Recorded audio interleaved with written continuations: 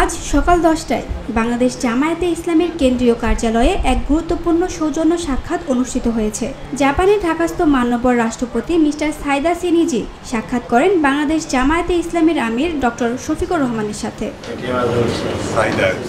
বৈঠকটি অনুষ্ঠিত হয় অত্যন্ত আন্তরিক ও হৃদ্যতাপূর্ণ পরিবেশে। আলোচনা করা হয় দুই দেশের পারস্পরিক স্বার্থ সংশ্লিষ্ট বিভিন্ন গুরুত্বপূর্ণ বিষয়ে।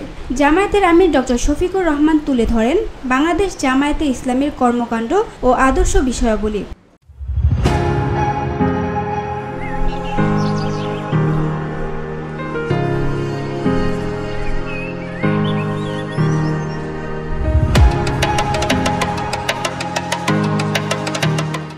তিনি বলেন, দেশে বাক স্বাধীনতা ও ধর্মীয় অধিকার আজ হুমকির মুখে। আওয়ামী লীগ সরকার একাধিক নির্বাচনে প্রহসন করেছে, ধ্বংস করেছে নির্বাচন ব্যবস্থা।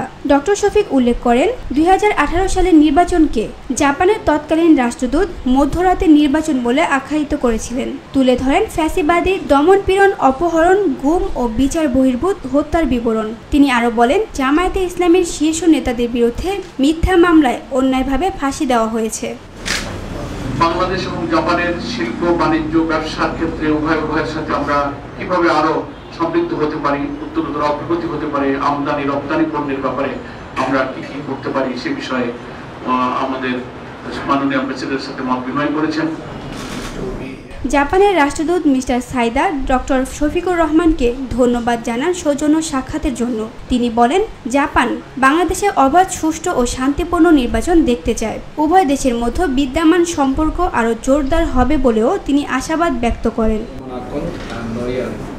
বৈঠকে আরও উপস্থিত ছিলেন সদ্য কারামুক্ত মজলুম জননেতা এটিএম আজহারুল ইসলাম, নায়েবে আমির ডক্টর সৈয়দ আবদুল্লাহ মোহাম্মদ তাহের, মাওলানা আনম শামসুল ইসলাম, সেক্রেটারি জেনারেল অধ্যাপক মিয়া গোলাম পরোয়ার সহ কেন্দ্রীয় নেতৃবৃন্দ।